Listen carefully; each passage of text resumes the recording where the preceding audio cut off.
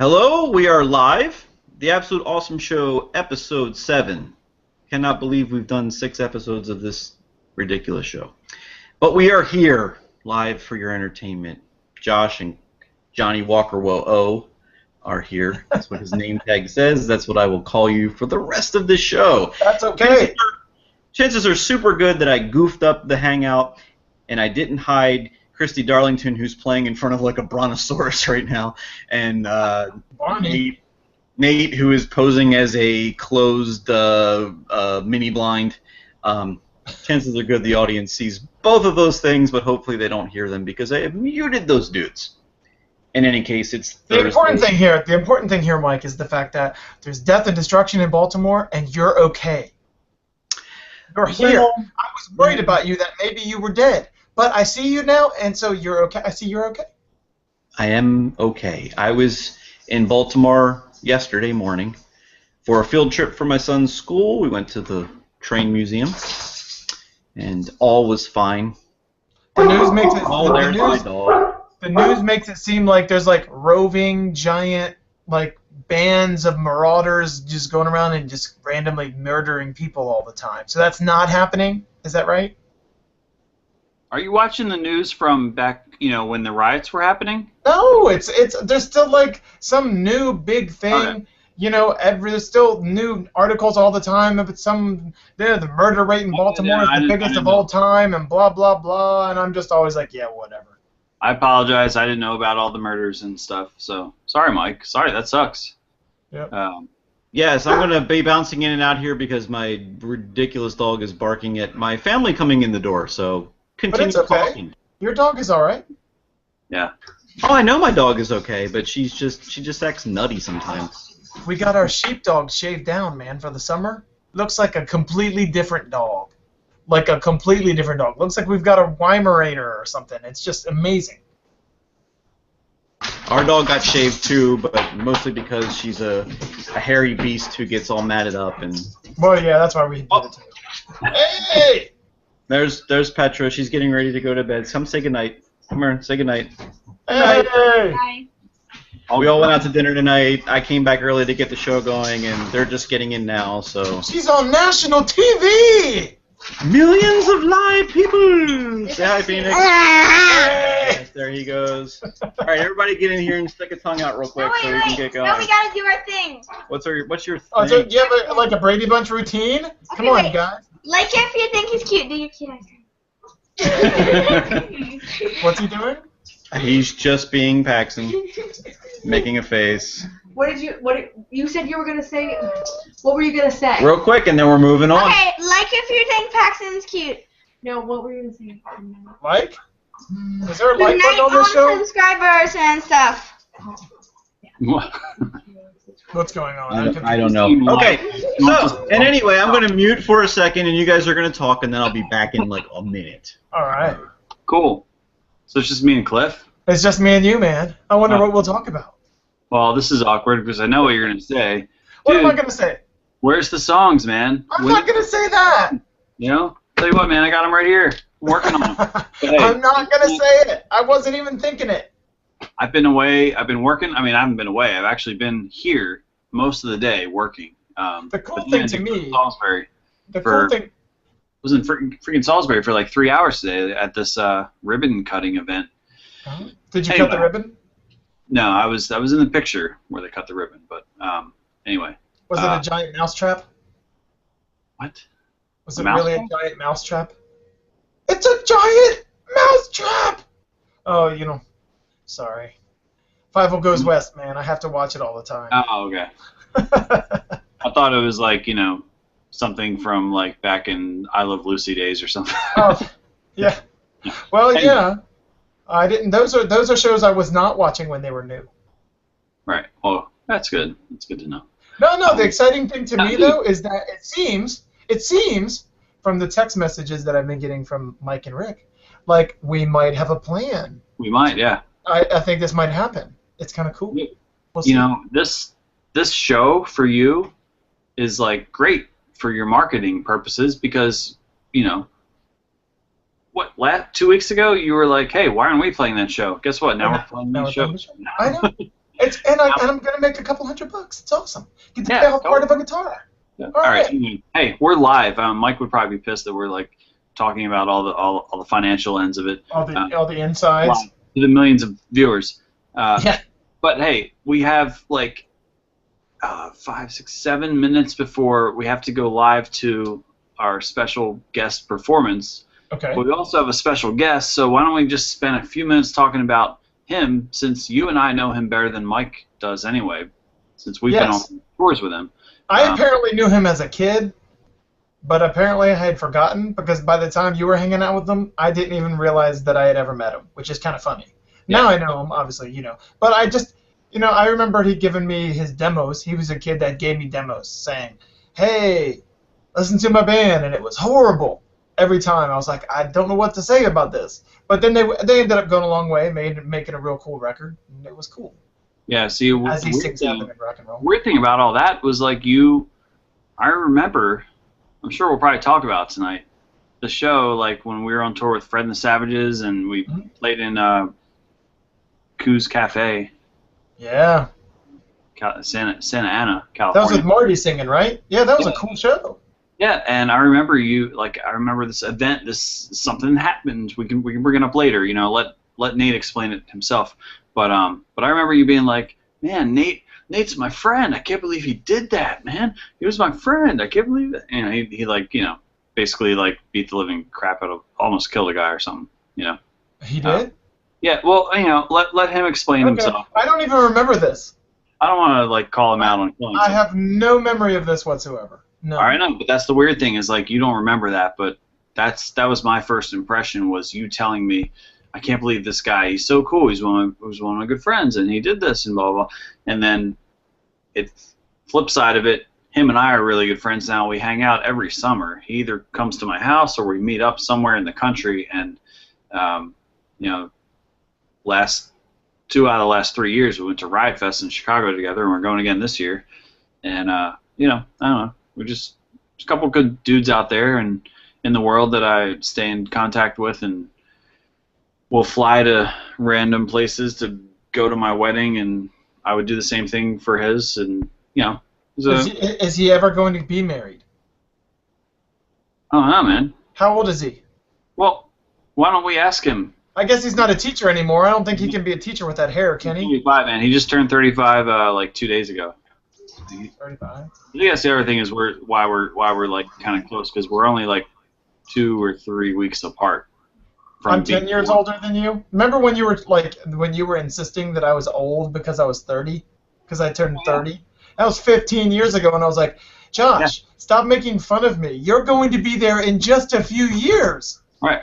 And I was like, what are you going to do? And then you would say, I'll think I'm old. And I'd be like, I do think I'm old, man. I told you I was at an event tonight. I was at a Chamber of Commerce ribbon cutting event, and I'm talking to all these people who are in the young professionals group.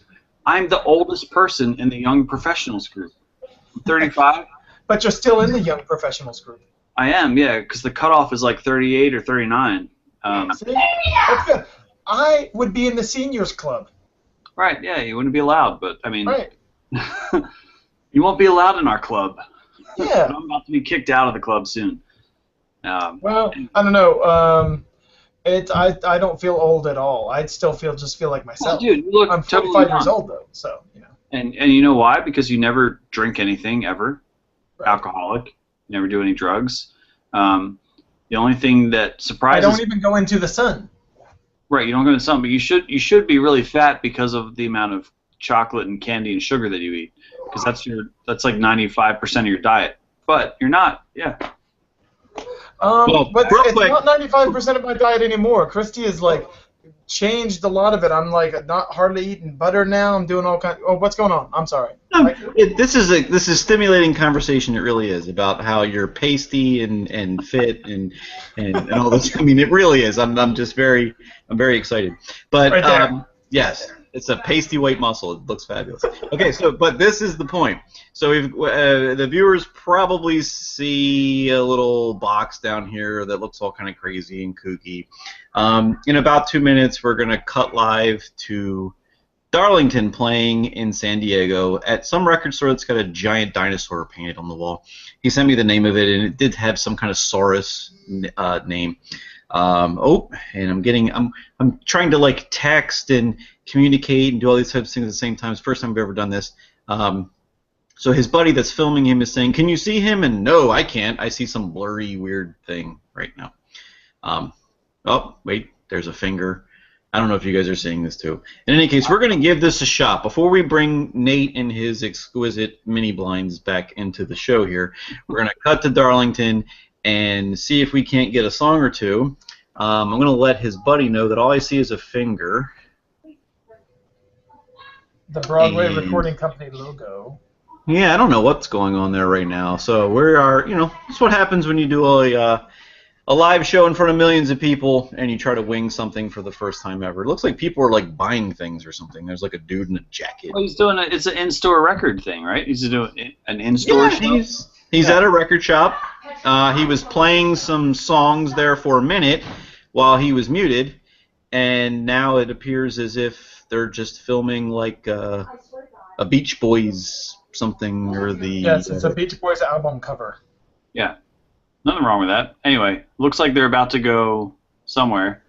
So Mike, do you have to do something to bring them on, or do you think people can see this? No, they are. We're going to go ahead and broadcast them now. Broadcast So hang tight. We're gonna sign in here and see what's up. I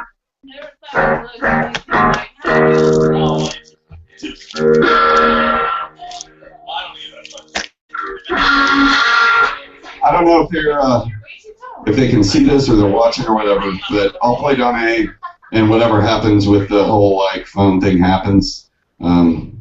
Whatever. This song is on a split with the Huntingtons back in the year 2000. And I wrote it using all Donna's song titles and lyrics. I really didn't give a crap about the Donnas at the time, but I thought it was a clever idea. So the lyrics really don't mean anything. And she didn't believe me when I told her about it, Brett, but she said, I don't know if she's ever even heard it, but I don't think she even plays rock and roll anymore, to tell you the truth. I don't think she ever cared about it. So this song's for the Donnas, Donna A. Here we go.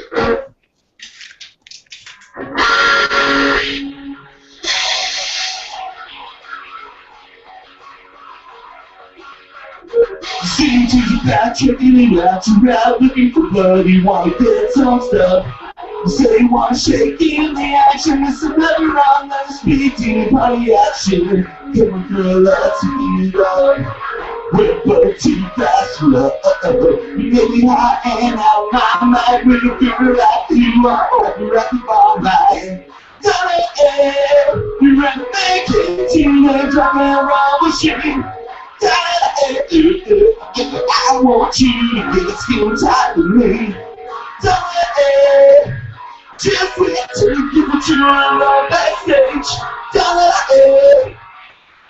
I'm gonna make you mine tonight.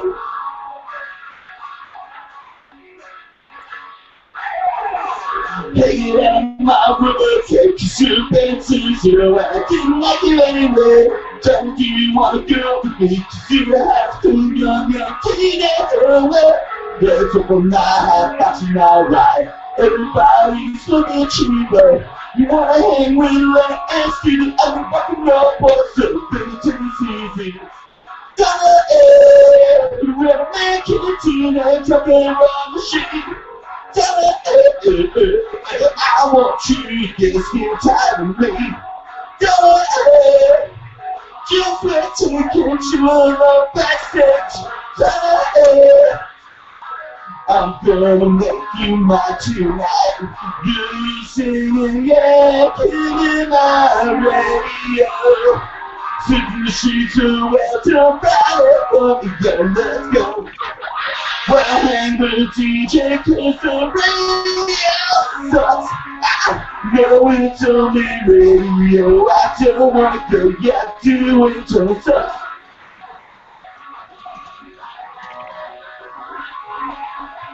Don't forget this, I'm doing all hand strokes.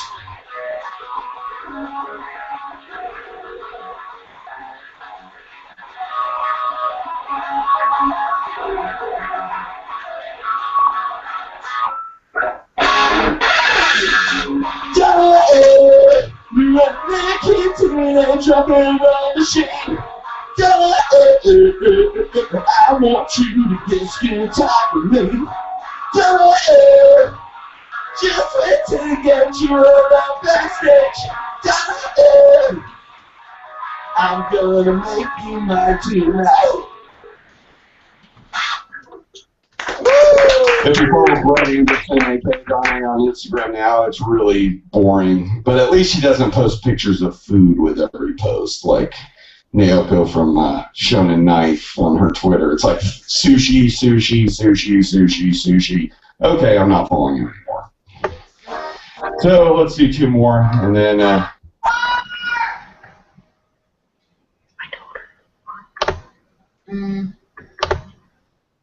We're back. That was Darlington and San Diego. Kind of crazy. Yeah. I don't know. It sounded a little phone-ish, I guess. I don't know. I don't know how it sounded to you guys. It sounded like I was listening to it through a phone, but it's cool, neat, different idea. Well, you know, I think the reason is because it was kind of coming through a phone. Plus, I think the dude did not see that it was facing a record, and then when he moved it, it was facing another record, and then finally he got it on the dude. But yeah, but at right. least we finally got to see what it's like to see a guy playing electric guitar going wild and crazy like it's a whole band, but it's just one guy on electric guitar. So we got to see what that's like. So, hey, here, if I was there, if it was me there, because of that song, because of my background and what it means to me, how much I love that song and whatnot, not my background with the Donnas, that would have been cool. But in general, like that's a great song to us anyway, being in a band that put out a split record with him and his band. Yes. I would be right up front, like right in his face, like Donna, like right in his freaking face. But really, you'd be doing that right there? I would, yeah, dude, I would, But I'm a mosh pitter. What can I say? But like, for everybody else, if you don't know that song, like somebody's dad getting in the pit. It's like the girlfriend that's wearing the T-shirt of the cool band. Take that shirt off before they break up. Hey, there's no band that's called Rad.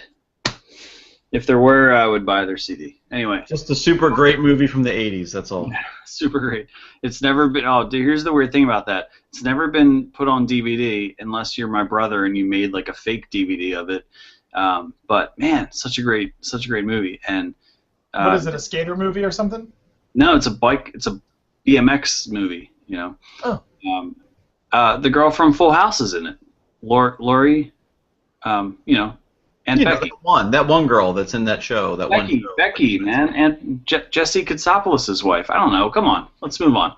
Dude, how do you know his last name? Dude, you don't. Oh, that's the age difference thing, man. Full House. Come on, man. When it comes out on Netflix next year, you'll be all about it. I've seen Netflix. I mean, I've seen Full House before. I always thought it was a dumb show. I never liked it. I've liked lots of dumb, sitcoms, but that was just too corny the whole time for me. I couldn't get it. And we should probably welcome Nate in on the conversation because this is what happens every single time we do one of these shows. We start talking about one thing, and then we end up with Full House and Uncle Jesse, and it just goes down this rabbit trail of nonsense. Jesse and the Rippers, man. That's what happens. So, Nate, you're our guest. What's up, dude? How's it going, dudes? So, you're not a teacher anymore, I guess, right? Oh, yes, I am. This is You're California, a teacher with man. your long hair, man? California dreaming. You can do what you want down here. Wow. We're all good. That's awesome. Oh. Well, Nate, just to be clear, what is it exactly that you teach? It's surfing, right?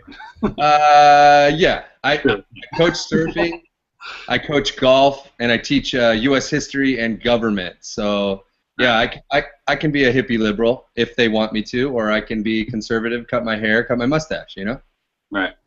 Whatever works. Nice. Right on, man. So, what does your brother think of all this? Well, if you know my brother well enough, then you would know that he is the biggest hippie of all time. He moved to Hawaii a few years back and hasn't returned. So He hasn't been seen, and he hasn't been seen since. yeah, we haven't seen him. No, he's doing good. He lives out there. He's got 3 kids. And Did he surf all the way there? What's that? Did he surf there? No, he wasn't much of a surfer. He's just more of the hippie kind of guy. That's cool. Hey, not to take away from Nate, but just real quick about Nate's brother, just for all our millions of viewers who don't know who Nate's brother is.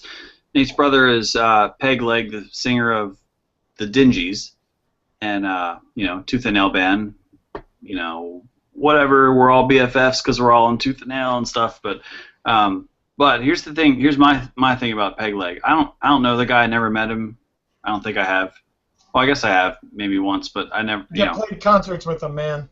We play with him, but I don't remember like talking to him. But I remember him always wearing a Fishbone shirt. And Nate and I went to Riot Fest, and he's like, "Dude, we got to get up and go see Fishbone. They're playing they're like the first band playing." And I was like, "Oh man." He's like, and Nate's like, "I got to go see him because of my brother." And I was like, "Oh yeah, I'll go see that because like I know your brother wears the Fishbone shirt." Anyway, like I never heard Fishbone or whatever, but man, they were so entertaining. And then I came back from that Riot Fest 3 years ago, and I listened to Fishbone for like a month straight. They were like not a band that I would ever listen to, but they were so cool. And I'm so excited that they're going to be at this year's Riot Fest. Do you know all their lyrics now? Can you sing along this time? No, but that's the funny thing is he was like, "Oh, I know the song. Oh, I know the song. Oh, I know the song." Because, they have all those songs in movies and stuff that you wouldn't really know. But then you go, "Oh, yeah, I've heard this song before." So he was laughing because he knew more than he actually thought he would. Yeah. Right on, man.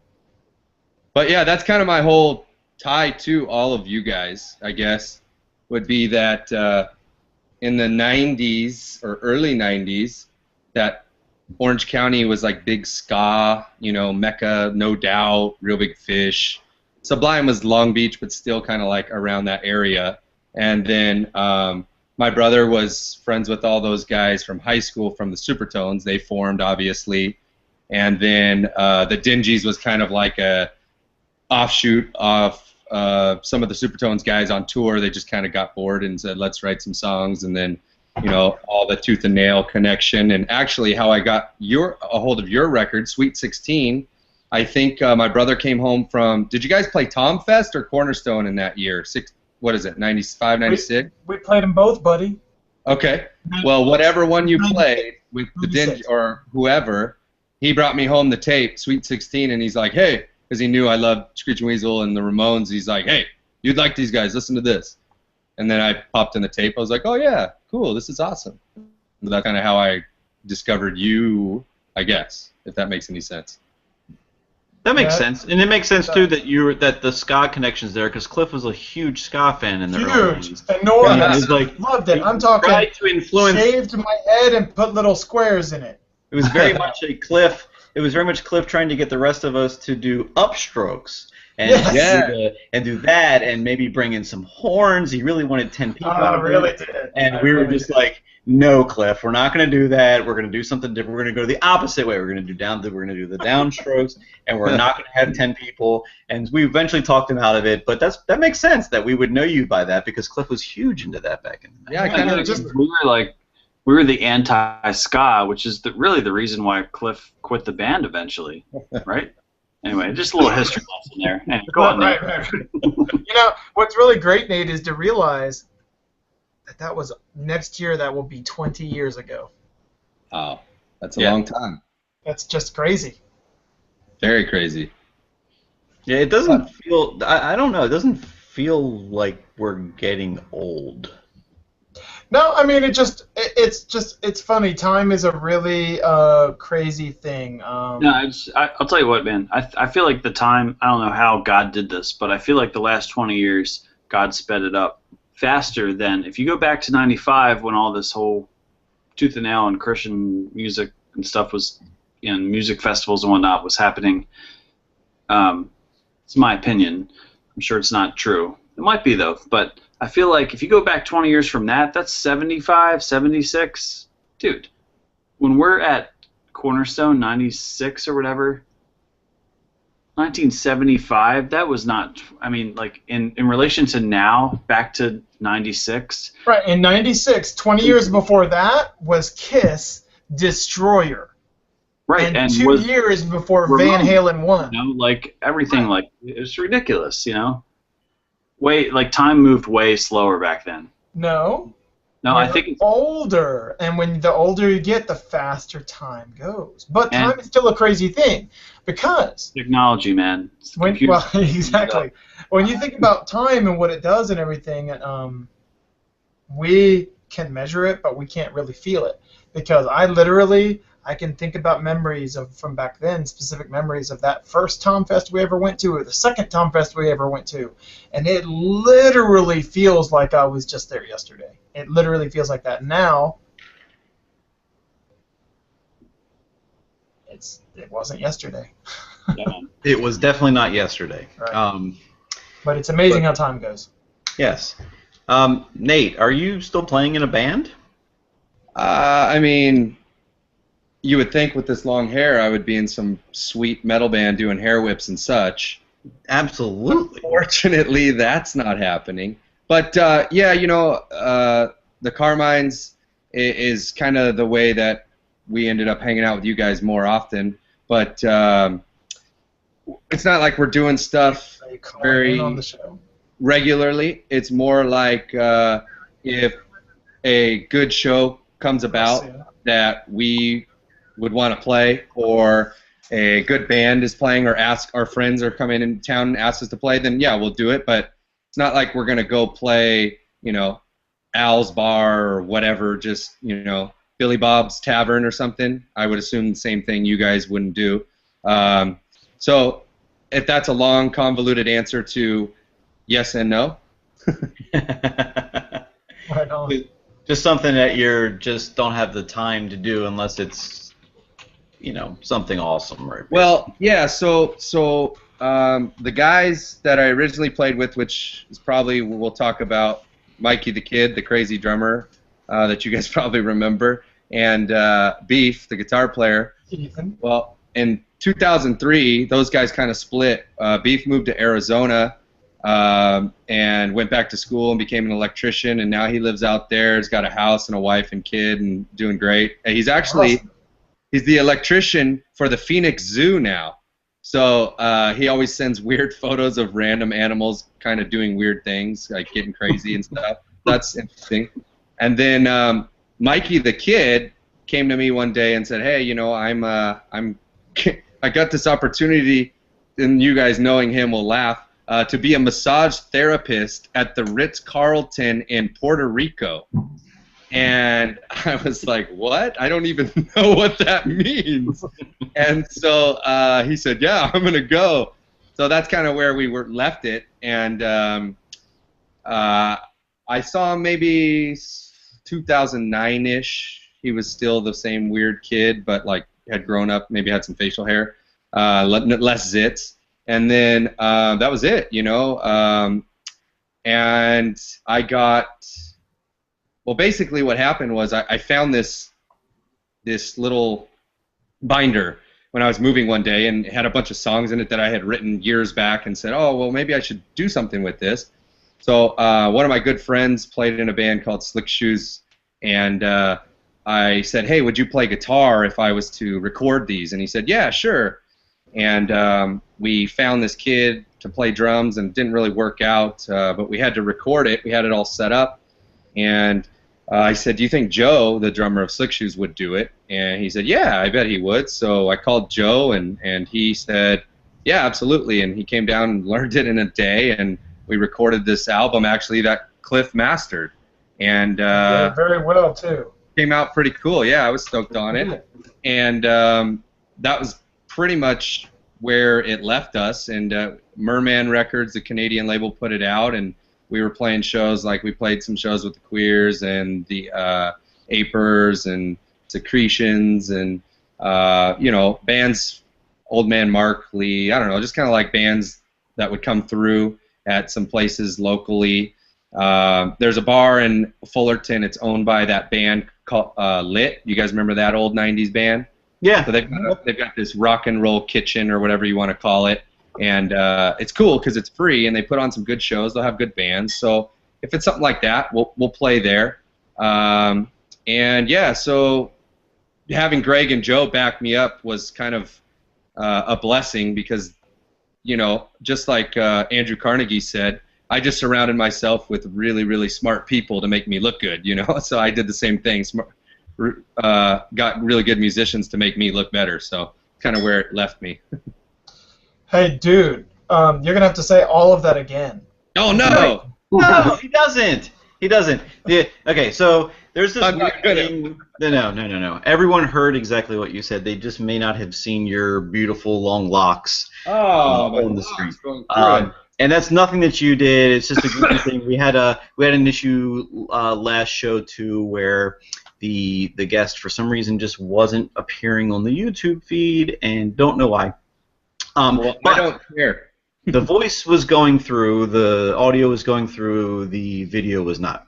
So what we would like you to do is leave the call and click the link and come back in again, and we'll see if that fixes it, because it seemed to fix it the last time.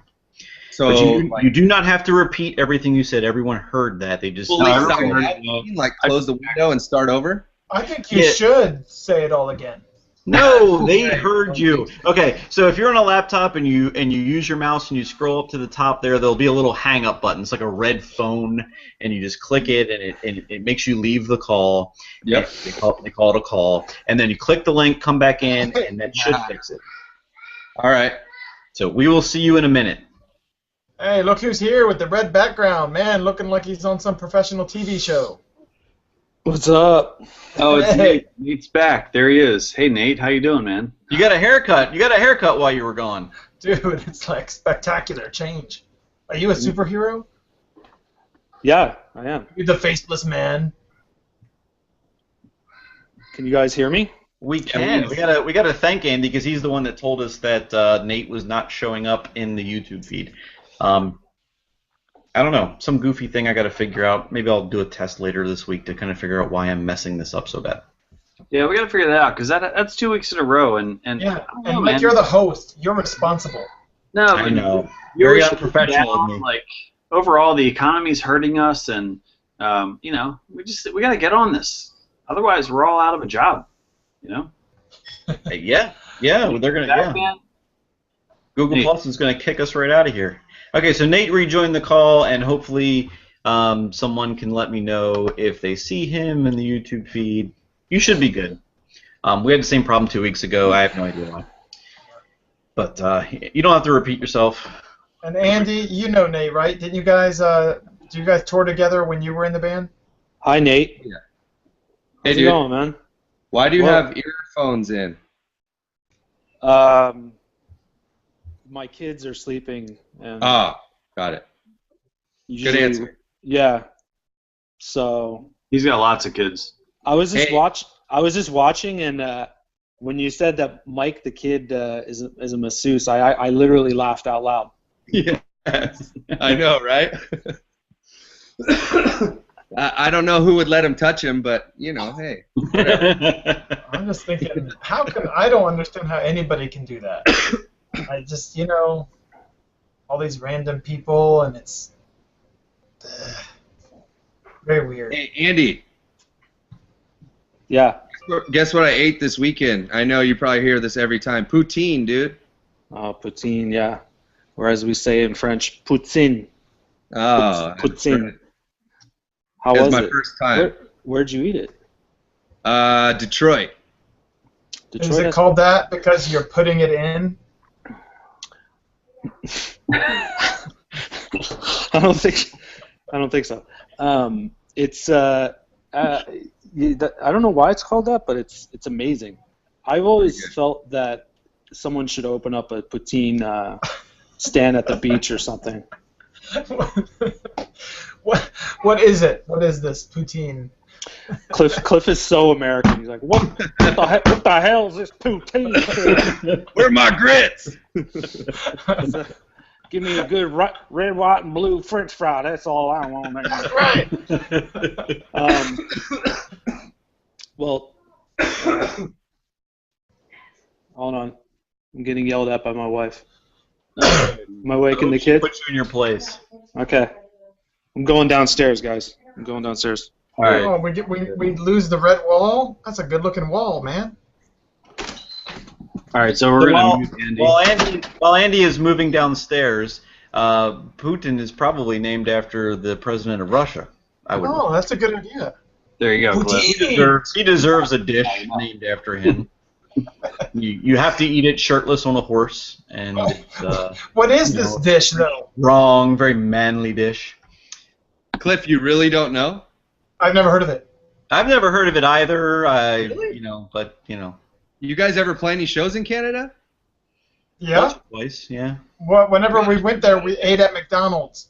Oh, girl. They weren't. They did not have the Putin at McDonald's. He's probably explaining it right now, yet he's muted, right? Andy, you got it on mute, man. That was my bad. I muted you, but that's because I didn't know how long the stairs were. But unmute him. Unmute. I can't do it. He's got to do it. He's got to do it. You can mute him, but not unmute him? Yeah, it's the flaw of the Google Hangout. Yeah. Am I on? You are on, sir. Okay, explain poutine to these stupid Americans. Yeah, it's sounds good. You can only eat it really twice a year, because you'll probably die if you eat it more than that. But basically, the best. I'm gonna refer to it as poutine because I'm in Quebec, so that's what I'm saying. So the best poutine is really disgusting, like greasy French fries, a big bowl, tons of this really fatty gravy poured all over it, and then there's a special the squeaky cheese. I don't know if you guys have that down there. Yeah, cheese curds, like cheese curds. Yeah, cheese curds, and then it's all melted around that. Yeah, Cliff, cheese turds. Cheese turds. Thank you. And it's really good, man. It's really, really good. So French fries with gravy and cheese. Does that sound good? It's amazing. It's amazing. It sounds just horrible. I don't know, man. That sounds pretty bad for you, but that's how you Canadians are, whatever. Well, Cliff, you can go back to your eating your Wheaties at breakfast while you're doing the Pledge of Allegiance. It'll set things right tomorrow morning. He's gonna have the freedom fries, with a side of justice. Yes. And some. But not until there's another Republican president. Until then, I ain't eating jack. Well, then there won't be any justice, so we'll have to wait. We'll have to wait another 4 years there. But anyway, we're not going to talk about that. Wait, because there's so much justice now. Oh my I'm going to gosh. go post the link to join the show. I want to touch on this Mike the Kid thing for a second. Okay, you do that. I'm going to post the link and get a bunch of other people in here. No, Watch your words, though. You don't want to touch anything that he has to do with. That's kind of weird. Yeah, no, one of the strangest tour memories I've ever had in any band. Do you remember that house? Do you remember that house we stayed at, and there was like a pool? I don't know whose house it was, how we ended up there, but it was like a really nice, it was almost like the pool house. We were in this huge kind of pool house adjacent to another house or something like that, and there was a pool outside. And Mike, and it had like a pool table in it and everything. Yeah, and a 710 split was there. Dude. Yeah. Out of nowhere, so some people were like, "Oh, we're gonna go swimming." I look over. I'm in the house. I look over, and Mike is wearing like a fluorescent blue Speedo. Yes. Like a thong, almost like a thong bathing suit. Yeah, a mankini. And it just came out of nowhere. It was incredible. You're just hanging up his crack and everything. Full on. I don't remember. It was that was his regular bathing suit that he would wear. That was his stuff. He was one of the most colors to it, and it was just like a Speedo or something. So it was a real banana hammock. Oh yeah, absolutely. Pretty much, yeah. Wow. There was banana in the hammock for sure. But that guy, he was one of the most interesting, funny characters, man. But he wasn't he didn't even try to be funny. No. That weird. He just made us laugh, He was hilarious. And at that pool house, do you remember? It was wasn't it dead of winter or something, like in January? Yeah, I think I He think goes out into that Speedo and jumps into the pool just like cannonballs at like 9 a.m. and we're all going, what is going on? Where was that? Was it like a heated pool or something? No, not at all. Just That's ice why cold, and he jumps right in it like, hey. in like That was Central his style, California. man. No, I'm thinking it's like Visalia. Was that Visalia? Yeah, that was it. Okay. Absolutely. So that's But like that Central was like- California. Yeah, because Josh, the night before that, I think that was when we were at the house where the Last Action Hero guy was. Oh, dude, I can't believe you just brought that up, man. Is that possible? Like that was, I'm pretty sure that was like the night before. I think it was. Well, it was around that time, but dude, So long ago. I can't tell you how weird it is that you just said that because last night, I gotta say this, man. This is just God wants me to say this, I guess.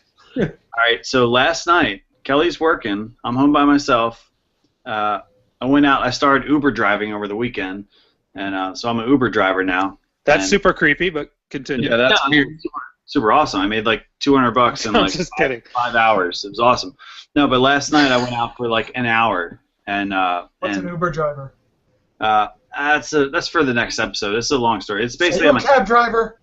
It's a cab driver whenever you feel like it, you know. It's one of those un-American things, Cliff. Yeah. Yeah, it's not American at all. No. Has nothing to do with the story though. Has nothing to do with this. So I came home late, and I'm like, I turned on the TV at like midnight because I'm not tired yet, and My Girl 2 is on.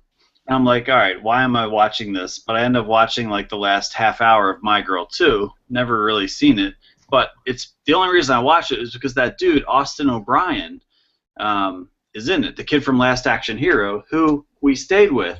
All right, check this out. So I'm like, yeah, it's the same kid from Last Action Hero. He's the new guy who replaced Macaulay Culkin because Macaulay Culkin died in the first one, in the classic My Girl. Everyone knows that, you know. Mm-hmm. So didn't the bees get him? Yeah, Yeah, the bees. Dane Cook has an amazing bit on that, but anyway. Go ahead. All right, so Matt Kirkley, who also was he replaced Mike Holt in the band for a little while there.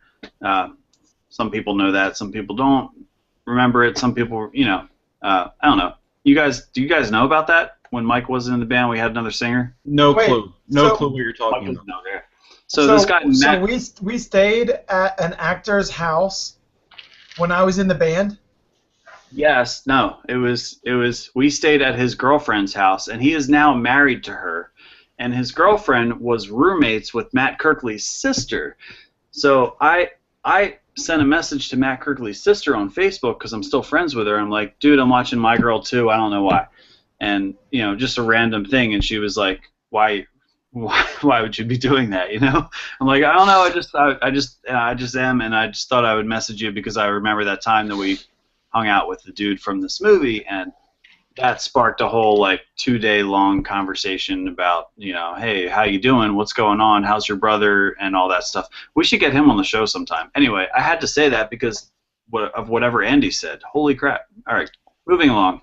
See how this works, Nate? We get on this topic, and it just sort of snowballs. We talk about Putin and freedom, and then we go to Last Action Hero. Don't say it. Don't say Putin. Well, that's what you gotta say. You gotta put the. That's what you said. It's like the whole French thing. I'm trying to be French like you. That's not French. Robodope's here. Hey. Dude, it's about time I got in here. Are you in a wind tunnel? Hi, the man. No. Oh, that's a fan. Hold on. No, I think it's Harris. I've been watching it live on YouTube the whole time, and there's been no way to get in on this thing, but just to sit there and watch it from a distance. Bummer. That's good. From a distance. You're tweaking me, man. Hey, before we get to Chris, because I noticed that Russ Conklin is on. Hey, Russ. Hello. Russ. Yeah, I'll turn the phone off. I know you don't say much, but I noticed that you missed the show last week, man. What's up with that? I mean, 2 weeks ago. Yeah, Right? I was in Vegas. This guy's such a partier, man. That's a terrible excuse. I'm in Vegas and I can't take the time out to watch this show and come on to that. Is ridiculous. I mean, that would have been the perfect backdrop for you to have during the show. That I is would have totally Yeah, I thrown know. him off from the couch, you know. You could have been the special guest. The topic could have been how to waste time while you're in Vegas doing nothing. Why, when you could be out doing other thing?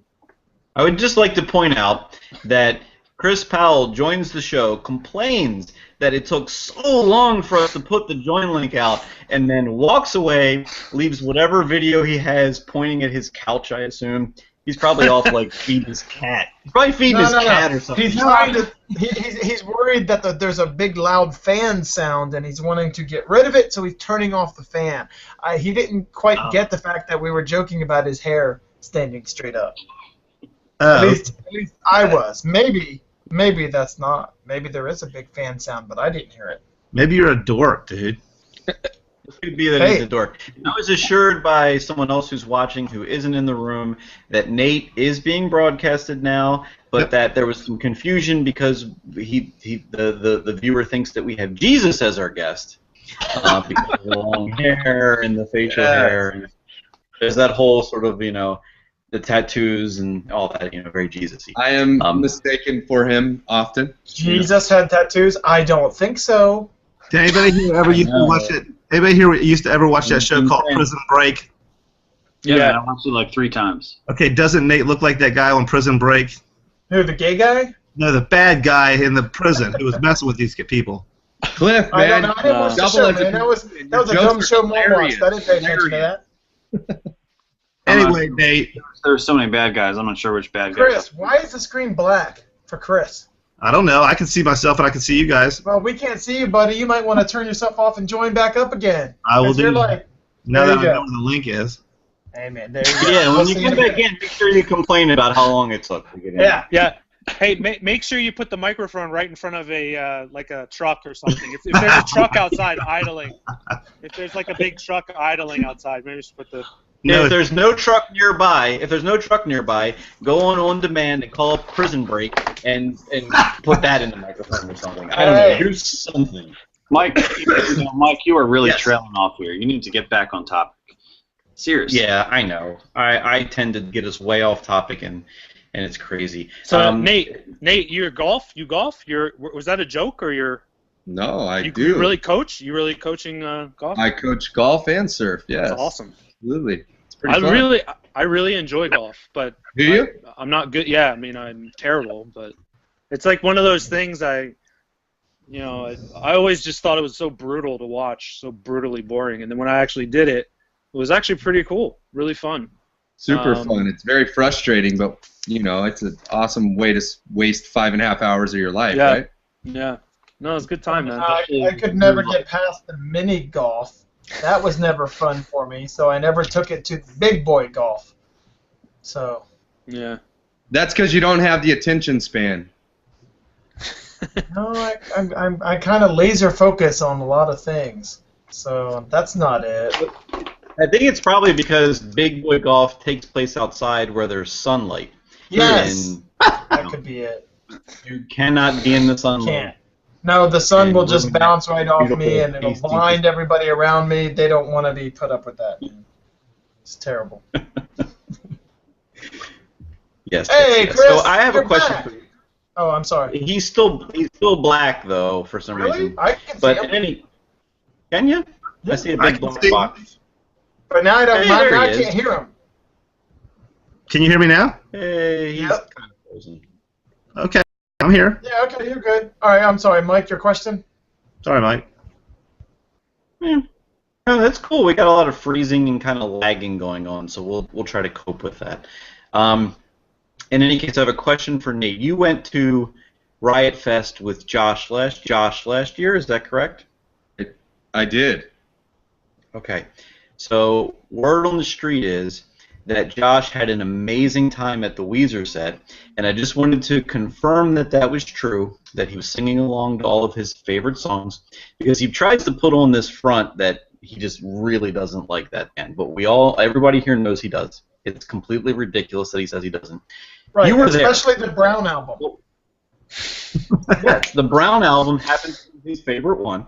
Yes. And so we want to know what was Josh's reaction to the Weezer set at Riot Fest. I will confirm that yes, he did stand next to me while watching, and goes, "Oh, I know this song. Oh yeah, I know this song. Oh, this is a good song. Oh, I know this song." However, I will have to admit that we did not watch the entire set because it was the last band, and we were walking out probably, they probably had, well, they played the entire Blue album from start to finish, and then they had, probably Time to Kill. They played a couple new songs at the beginning, which were not very good, and then at the end, we kind of just were walking out and heading out, and he admitted definitely that he enjoyed the set. Sorry, John. Yeah, that didn't happen. Yeah. No, I mean, I wanted to see Surf Wax America because I'm a surfer and whatever, but like I thought, the deal was they're gonna play the Blue album and that's it. That's what I signed up for, Instead, we get there and we stick around, and next thing you know, they're playing this new song, and then they play another new song, and then they play all this crap, and then they play like the other songs from the popular songs from the other albums that were terrible. And then they take a break, then they come back and do the Blue album. So we had to sit through so much horrible crap. Like it was worse than going to see Lord of the Rings with Rick. It was like 3 hours of my life that I'll never get back. Those are good movies, man. You're crazy. Anyway, this year's going to be better. We got Rancid playing Out Come the Wolves in its entirety. I'm going to flip out. Moving along. I still don't know how you can enjoy a show. I mean, you were on the other side, man. How can you go back in the audience and enjoy it with any kind of... It's so lame to watch a show now once you've been there yourself. I don't understand how you can like it. No, I agree, except if it's for the few bands that are like good enough to go see, which are like so few and far between. You go to these shows over here and you watch like 15 bands in a day. Well, no, I'll go to Rock Fest because there's so many awesome bands playing. You got to go. I've never seen them. I don't have to go. On the note that Cliff says, how on earth could anyone ever want to go watch a band? Everyone should come watch us play. That's different. It shouldn't be. That's different, though. It's different because it's us. It should not be musicians professional musicians who attained a certain, professionalism and understanding how to put on the show. They will not enjoy it. The only people who will enjoy it will be regular people. Me. Like my regular folk. That's right. I don't know about you, but I'm stoked to see Hot Tub Vomit. Are you coming down from Canada to hang out, man? I can give you the guitar for a couple songs. Is Ass Cheese playing also? Not if you're gonna talk like that, man. Never mind. I ain't giving you my guitar. I don't even have a guitar. What am I talking about? What's up with these band names, man? I'm not gonna let you borrow the guitar that I'm borrowing. I know. What's up? I'm probably mess up the intonation and whatnot. Guys, you guys should have came up to Montreal for Pooza Fest, man. The Muffs, who else? A bunch of other bands. Did the Muffs play for nobody like they did in their heyday? No, Montreal is still, like, punk rock is pretty, like, it hasn't died here. People are still, the French love their punk rock. It's not that punk rock died here. It's that no, I know, but music died here. Yeah, I mean, but also so saturated that, but there's so many bands, so many awesome bands played that festival. It's getting bigger and bigger every year. I'm sure eventually Rancid will play, and all the big ones. So Nate, soon. Did I hear earlier tonight that Pegleg is your brother? That is correct. Is he still in the music biz? I mean, I don't know. No, yeah, Dude, he said he surfed all the way to Hawaii. Come on, man. I don't know. What's up? I'm asking. He surfed all the way to Hawaii. And was never heard from again. Chris, he moved over to Hawaii, and they did like a compilation. The Dingies did something for like the last 5 or 6 years of everything that they put together, and he released it like on the internet, like as an internet album. Right. And kind of do like Bean, the bass player, moved over there too, and him, and then they just grab some drummer, and they'll just play, random shows in Hawaii. But as far as like, dingies go or whatever, they're not really doing anything in that sense because everybody's so far away. Yeah. Okay. All right. Well, thank you. Sure. Next question. That goes to Josh. That's me. Okay, Nate. Hey, you went to Chicago this past weekend to see some bands. Tell us about that. I did. I went and I saw Squirt Guns 20-year reunion with the Mopes and Parasites and Kepi Ghoulie open. So it was like my high school days, the bands I used to listen to in high school. Seeing all those old men perform on stage was pretty funny. But it was cool because B-Face played bass for Kepi Ghoulie, so it was like Groovy Ghoulie's reunion.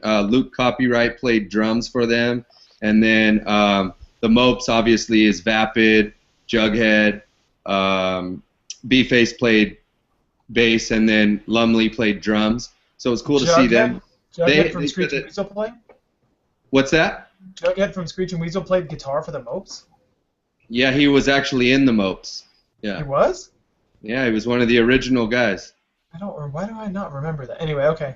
Yeah, so basically, and then for basically all those guys that played on the Fat Records Weasel albums, Television City Dreams and Bark Like a Dog, all those guys played.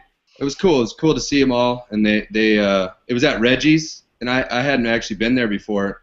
Really cool venue, and all the different parts. They had a rooftop bar, and after it was actually the Chicago Blackhawks versus the Anaheim Ducks. I don't know if you guys are hockey fans, but obviously me being from Orange County, watching the Ducks play the Blackhawks in Chicago, and it was that game that the Ducks scored 3 goals in 37 seconds, and it went into overtime, and Chicago ended up winning, and the bar was going crazy, and I'm like the only guy cheering for the Ducks, and the bouncer comes over and he's like, "Hey man, you might want to be careful here. Someone's probably going to beat you up." And I was like, "Whoa, okay." But long story short, it was fun. Did they play Screeching Weasel songs too? Did Ben get mad about it when he heard about it or anything? I wouldn't know if he got mad, but during the Mope set, they did play Totally, and they played What We Hate. So they played 2 songs from that old album, Anthem for a New Tomorrow, and then mostly just Mope songs. But it was cool. Yeah. So Vapid was singing the Screeching Weasel songs? Correct. Did he just sound like himself, or was he trying to do the vocal more to like from the albums? He's got a pretty distinct voice, I'd say, Right. so he sounded just like himself. It was good. Awesome. Didn't you say that there was like a band like Danny Vapid's Riverdales? Didn't they like name it that or something? Oh, that was in Vegas the week before. They did a show out in Vegas the week before. That's what it was billed as. It was Danny Vapid's Riverdales? Something like that. And I think the guys, the Lillingtons played too, and I think the guys from the Lillingtons like backed him up. Okay. And then they played those songs. So, yeah. I didn't go to that, though. Yeah. Russ was probably there. Yeah, Russ, what you were doing partying in Vegas, man?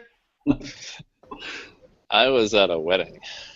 It was still fun. Like at the Elvis Chapel or something? No. I got married at an Elvis chapel. Yeah, that's right. Elvis did our ceremony. It was the most surreal hour of my entire life. It's like we just got off a plane. We were both super sick, and then this guy dressed up as Elvis playing like "Love Me Tender" it was so weird. It was so weird. So it wasn't really Elvis? Is that what you're saying? It was just some guy dressed as Elvis? No, it was real Elvis. Okay, well that's better. That's cool. Yeah, I was gonna say I would feel totally ripped off if it was just some dude dressed as Elvis, but if it was really him, I mean, come on, yeah. Mike, that would be stupid. It would be why, really ridiculous. Why would I pay $19.99 to see some guy dress up as Elvis? Obviously, yeah, obviously. It only cost $20 to get married? No, I don't know. It wasn't that. I don't remember. It wasn't that much. Nate, do you know the guys from Chicks Dig It? No, I don't. Oh, okay. I'm trying to get in that band. Aren't they from Canada? Aren't they like? Yeah. Yeah, but From they're far away though. They're from like Alberta or Calgary, Yeah, right? yeah, they're far, but I don't know. How far can it be? It's Canada. Just take them some Putin, and you'll get along just good. There's like 4 United States. Big. Hey, I know the singer a little bit, but not enough to get you in the band. So. You know the singer how? Just because, Facebook. In that case, I know. I know President Obama because of Facebook. I know Kurt Cobain. Tight. Kurt? Dude, I'm trying to get in that band. Can you hook me up? Nirvana? Yeah, that would be awesome. So who else listened to the latest Screeching Weasel offering? Josh hooked me up with a couple tracks, and I checked it out. No, I didn't. You paid for that. Is that? No, you're just letting me borrow it for a day. That was the crowdfunded thing they did. Yeah. Is it good? I'm looking for other opinions. I have my opinion, but I'll wait for others. I'm probably the only one that gave it a thorough listen so far, so I'll give you my opinion. There's a section. Can't remember what track it starts at, but there's like a 5-song section where I skip every song. And then there's another section where there's like 2 or 3 songs that I skip. But the rest of it's awesome. And the good thing about that, it sounds like, oh, that's like a whole album. But no, there's 27 tracks. So weed out the bad stuff, and it's all good. It's good, man. I like it. Whatever. It's worth $13. Yeah. I haven't given it a thorough listen, Mike. Nor have I. I skimmed through the first 10 tracks today, and was just like, yep, that's a song. Yep, that's a song. And there's a couple of songs in there that are like, a minute and 20 seconds long, so you don't really even get a chance to develop it into anything before it's over. And that's okay in certain styles of music, but if you're going to put out a punk record with a minute and 20-second songs on it, then it should be 25 minutes long. It shouldn't be 27 songs long. And so it kind of lost me there a little bit to like, what am I really supposed to think about? But I will listen to it from beginning to end. I'll give it a real shot. I'm not giving my full review right now. It's just an immediate, quick reaction to the first 10 songs. And things take time to grow on me these days. Even the last record, what was that called? I don't even remember.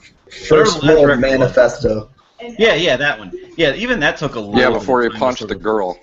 Yeah. That whole thing. That took a little time to grow on me, honestly. So this one probably will too. And that wasn't the last record, by the way. Oh yeah, there was one in between. Yeah. Oh well. There's an EP whatever. or something. Yeah. What was the one in between? What was that? Carnival. Yeah, the Carnival. Shenanigan Fruit or whatever, but I mean that was like 7 songs I think, and that one's good though. I bought it. I liked it. That was like with his new band, like who the band is now. That was wasn't that like his first recording with that band? Yeah, that was him like sticking it to like all the people that like tossed him out of their lives and whatnot, and all like because all the punk rock world just like was like, no more Screeching Weasel, he sucks because he punched a girl. So then Ben wrote an album about it, and that's what that record was. There is a song on this thing. I'm trying to see which one. It was called Creeping in Silence. It's track 15. I want to say right around, like right before the 1 minute mark, there is some freaking amazing sound that I can't like figure out how they did it. Every time I hear it, I'm like, how did they do this? But and I hate to say it, Andy, you're gonna laugh when I say this, but the guy who produced this record for him is the dude from All American Rejects. Yeah, I heard that. Yeah, he's worked with him before. He's kind of a super fan, if I remember right. He's done his stuff since his solo albums. Yeah, man. You talking about the singer of it? The singer? Good. No, the guitar player. Kennery, right? What? Kennery or something like that? Matt Kearney, yeah. He's good, man. He did a good job with it, I think. I don't know. certain sounds, like, you know, whenever I'm like, how do they make this sound? Like, you shouldn't ever have to question how they made a sound anymore with the technology that's out there. You made it on a freaking computer or whatever, but no, this sound. What are you talking about? Like a good guitar sound? Like it sounds like it's a guitar. To me, it sounds like a guitar sound, but and that's why I'm like intrigued by it. It's just like really, really like palm muted type of thing. I don't know. What is it? 1 minute into track 15? It's like about a minute into like 50 or 55 seconds into track 15. You don't have to do it right now, you know. It's he's gonna do it right now. He's gonna go listen to it right now. It's gonna be on his headphones. Tell you exactly what the sound is. We're just gonna see Cliff experiencing it. Yes. Maybe it's. Dude, it's muting back and forth between the speakers, and then there's there's like a clickety clack sound, which sounds to me like it's just the drums on the it's just the drumsticks on the rim of the snare. That's what it sounds like to me. Yeah, it's not like overly technical. It's just something that guys, I could not do that at my home amp if I wanted to. I could not make the exact sound, you know. Did you guys see that video this week? Somebody took the horrible snare from Metallica's Saint Anger, and they put it into Master of Puppets. It's crazy, man. It changes the whole song.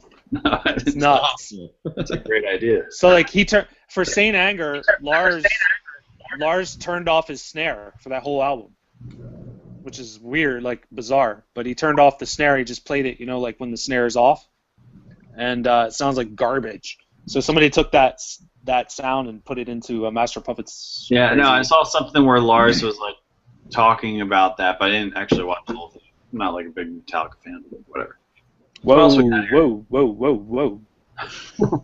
Can you guys see me again? There he is. Mm-hmm. All right. My whole internet came crashing down like out of nowhere. Just the whole thing went down. So.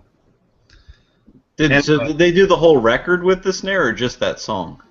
Saint Anger? Well, no, not the whole record. Puppets. No. No, they did Master of Puppets and they put Saint Anger snare drums in it. Yeah. Who? When? Some guy just did it recently. It sounds pretty good, actually. What? Why would you want to do that? Just to see, he was totally bored and he wanted something to do, so he decided to play around with it and he figured out all these snare drums from this track can fit perfectly in the song, and so he did it. Oh, I would think he would do it the other way around. He would replace the Saint Anger drums with the Master of Puppets drums. That's your job, dude. That's what you need to do. I can't do that. I'm not a mixing engineer. I work from completed mixes, buddy. All right, I get the hint. You want your song? No, that's not what I'm saying. Is there family tension here, or? No. By the way, speaking of the new Screeching Weasel album, I helped pay for it. I helped pay to make it happen. Is that a Screeching Weasel album or just an album of Screeching Weasel and Friends? It's a Screeching Weasel album. It's called Screeching Weasel, so it's a Screeching Weasel album. But he's got a lot of different people singing lead vocals on a lot of different songs. Right. And he only does a little bit of it. It's still... I've got it. I've been listening to it. I like it. Can you...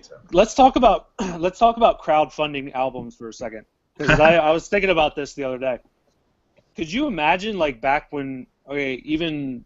You know, like the 90s, and like, you know, you're making 8-track tapes and trying to, like, you're making your own merch.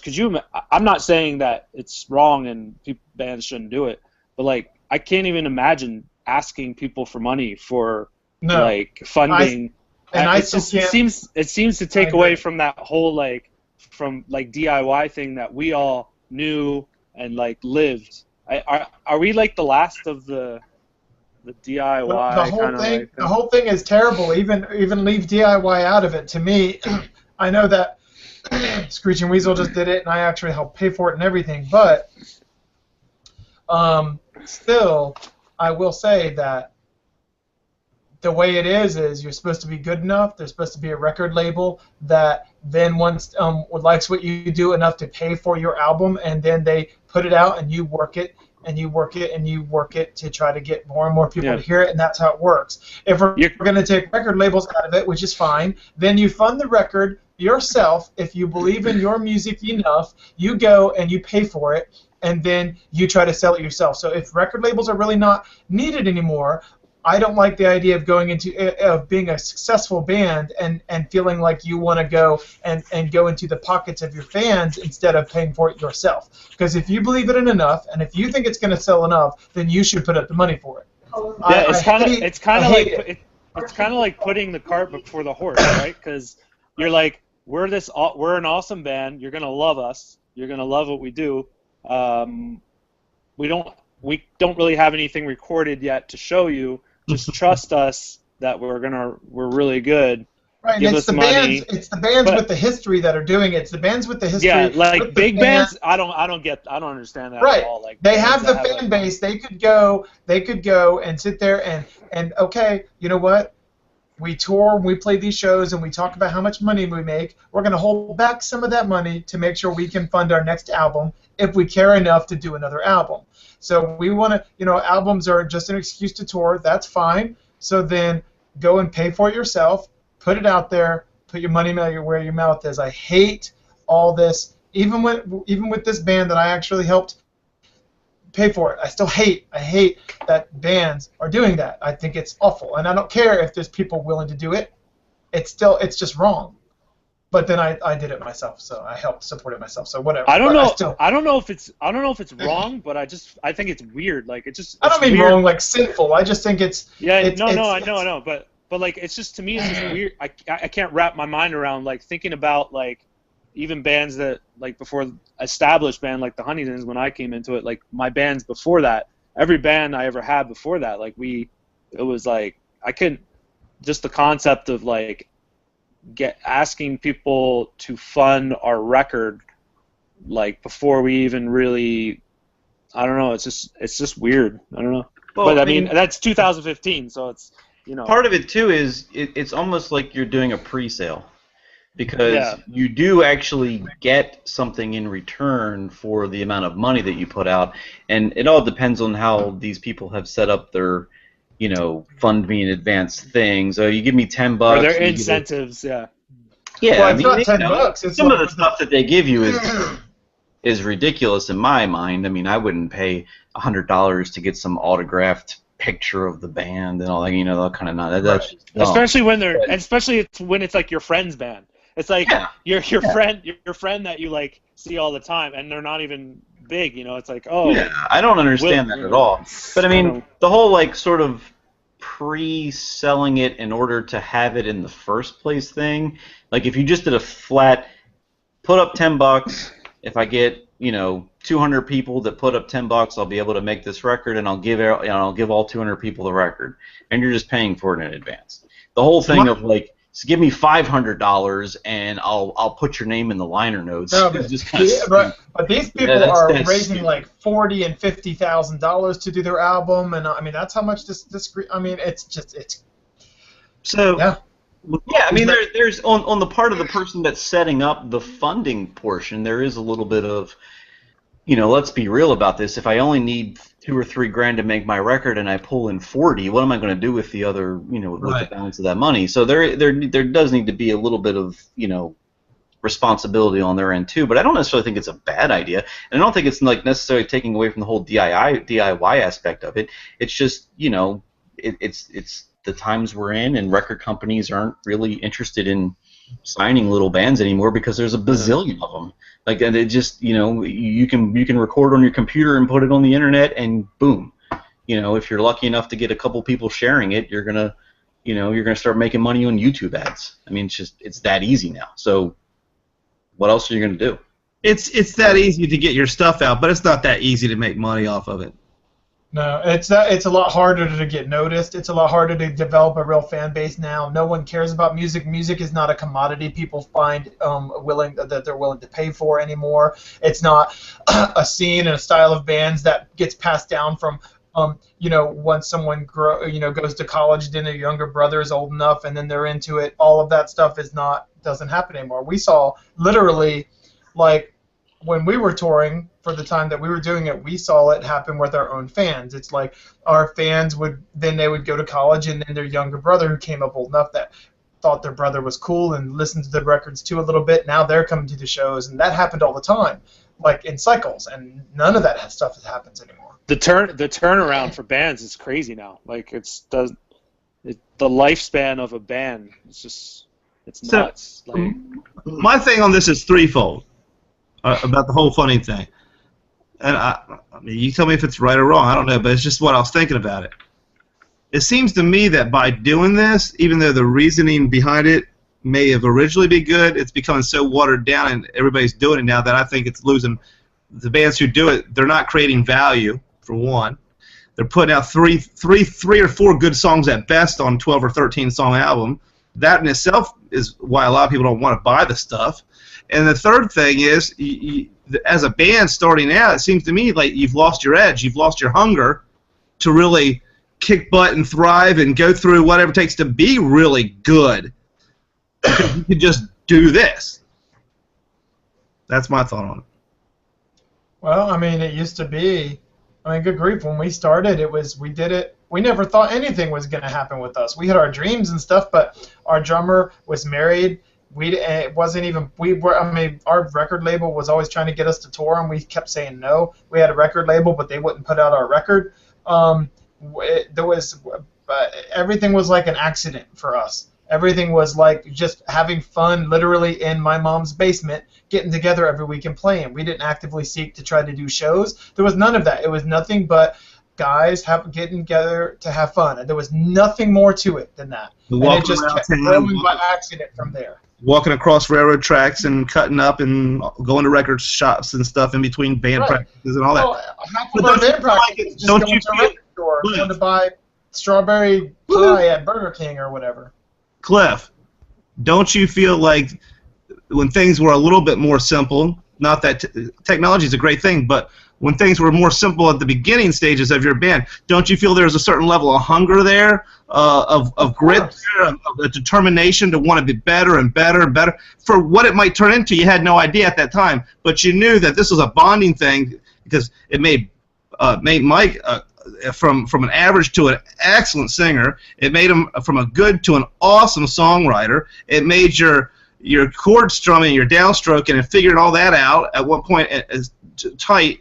I mean, all that value is now, to me, just like kind of thrown out the window. Like, oh, well, if we can just get a few people who kind of know how to, in general, play an instrument, we can get some money from people, and we can put our thing out. And then you bypass all. There's got to be people that have to want to give you money for it. You can't just say, "Oh, we'll just get some people to give us money." You'd have to get to a point where someone's willing to give you money. That's certainly first of all. But when we started, dude, there wasn't any real hunger for anything other than we would see the Ramones or we would see the Queers, and then we went back to our basement and we wanted to be that for ourselves in our basement. It was really just. Oh, that would be so cool to be able to do that, and just the feeling and the fun we got from writing a song. My goodness, when Mike came to us with Rock and Roll Girl, and we just got all excited, and we were like, this is it. This we thought, because we had been struggling to really because we were a band for like a year or 2 years, but we could never really find a sound that really was us, because I was writing the songs, and it was just like we were all over the place. But when he brought that. And then we were all just like, it's got to be this all the time, and it was just fun, and it was just nothing more to it than having fun and the way it made us feel for ourselves, and that was it. Right. So with these funding things in general, when bands get like crazy amounts, or businesses or whoever does it, crazy when they do hit their goal and they end up with crazy amounts above and beyond that. What happens to that money anyway? Does anybody even ask for accountability on this stuff ever? I mean, I don't know. No, their ego is like, yeah, that's right, awesome, and they either use it to fly in all kinds of musicians, or they use it they just pocket it. I mean, who knows? Wouldn't it tempt you to make as good of a product as you can for an even cheaper amount than you asked for to begin with, and pocket all the rest, if that's the case? I would certainly think so, but what people decide to do with whatever. Ultimately, why does that matter? Because as the person who has voluntarily donated X amount of dollars to this cause, you're going to get whatever it is that you signed up to pay for. So if I donate $10 or $15 or $25, and I'm in it for the digital download and the vinyl and an autographed picture of somebody, who knows why you'd want that. But if you get that and you get your name in the liner notes and you get that, then you got what you paid for. And yes, you did. If they happen to pocket $20,000 above and beyond what they needed, well, good for them. Because I don't. Why do I care? Why does that matter to me? Because I got what I voluntarily provided my money for. Now, I would think the bigger problem is people that go set these sites up and then don't follow through with sending people what they told them that they were going to send them. Okay. That is, to me, like a bigger issue than this particular person had, doing such an amazing job of marketing whatever it is they're selling that they end up profiting off of it. Right. No, I hope they do profit off of it. Because if you can't make a profit in this, you're not going to be around to play that much anyway. Well, and just if all you're doing is trying to do pre-sales and you're using that money to record your album, and let's say you're so successful that you sell 200,000 preloads and you make $200,000. If that's what you do, well, then that's not any different than making the sales after the fact, and that's fine. But that's not what's going on. What's going on is just people aren't asking for $5 and $10. They're asking for $25 and $30 and $40, and then a lot of these bands are still wanting you to buy the album later too. Wow. So, but more than whether or not it's justifiable for somebody to do that. Andy, your point originally was great. Is that seems such a weird way to do it, especially if you're an established band. Why wouldn't you, if you want to make a new album, why wouldn't you just pay for it? Go and pay for the recording, and then just see what happens with if you've got an audience that wants to buy it. I feel like I don't really care what they do. It's just for me it's just like I'm just kind of nostalgic for the old days, like of I was in a band before I joined the Huntingtons, and we made our own record. We funded it. We got the record. We sold it at our shows after we would play, and made a couple T-shirts and stuff.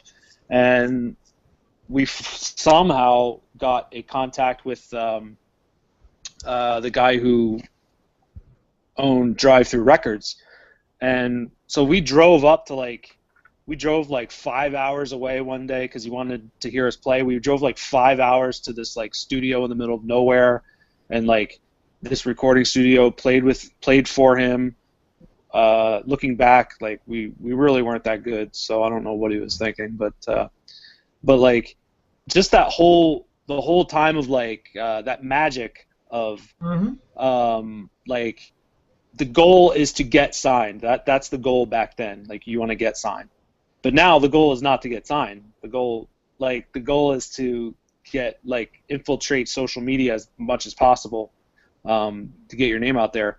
And I don't know. I think just the magic is gone of four or five dudes super excited, putting really believing that something's gonna happen if there's a lot of work and money too that you have to put into it. But now it's it's maybe it's not easy to break into success now, but it's so easy to record and get your music to someone of importance, I guess. I mean, you could email stuff and digitally send stuff. We didn't have that, I remember sending cassette tapes to labels, brown envelope to labels and with a letter and stuff, and it was all part of the magic and fun of being a young kid thinking you're gonna make it, but I don't know. It's Andy, just weird. I don't know if this whole topic came up because of us talking about Screeching Weasel or not, but I mean that was a crowd. Is that why you asked about it? Yeah, because that was a crowdfunding thing. So Cliff helped pay for the album because he paid for it ahead of time. I bought it. I paid $50. $50? That's the. So you wanted the autograph No, there wasn't anything. It was just for me, there wasn't anything in it. I mean, I ended up getting the digital download FLAC files of the whole thing, so pure CD quality. That's great. And I think they sent us a T-shirt too, but it was really nothing more than I believe in I believe in you. I want to be a part of this, and I want to help you do it. And Christy and I talked about it. We decided we wanted to do that, so that's what we did. There's a difference between like funding a Screeching Weasel record, which like there's some coolness in that, but like even to go to like movies, like there's like millionaire directors now doing crowd funds for movies, and it's ridiculous. Like these guys, a couple of these guys could just get together and fund it themselves, no problem. But they're asked. It's just a weird thing. Like I don't know.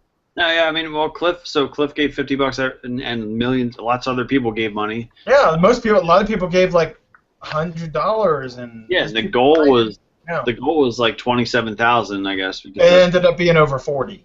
Yeah, it was over 40, and you know, it probably, well, you know, it costs a lot because they pay a lot, but it wouldn't. Well, no, he actually, I know for a fact that that's what he used, because he had to fly in all the different guest musicians. He had to pay for all of them to fly in, put them up when they were there. Then his producer isn't cheap, and you know he got, you know, all of that. It's a real studio. It isn't just some home done thing. So I mean, it's, you know, he spent it all. Mm-hmm. But it's still crazy to think about it. Like I can't even imagine like the Queers doing that. Oh my gosh! Well, no, they would probably get a good amount too, but they only need like 1,000 to record a good. Yeah. You know, like they don't need all that. They don't need. But Brian, what's your thought on this whole thing? Because you work with a lot of bands independently and privately, and you schedule festivals that you've done over the years, and you're getting ready to hold this next one coming up here in August and stuff like that. What's your whole take on this? Well, the first thing I was going to say was when we were just talking about money and stuff like that, the craziest thing that I heard the other day actually was about the Warped Tour, and it's that Vans, which I was so disappointed to hear, Vans actually charges the bands now to be on the Warped Tour.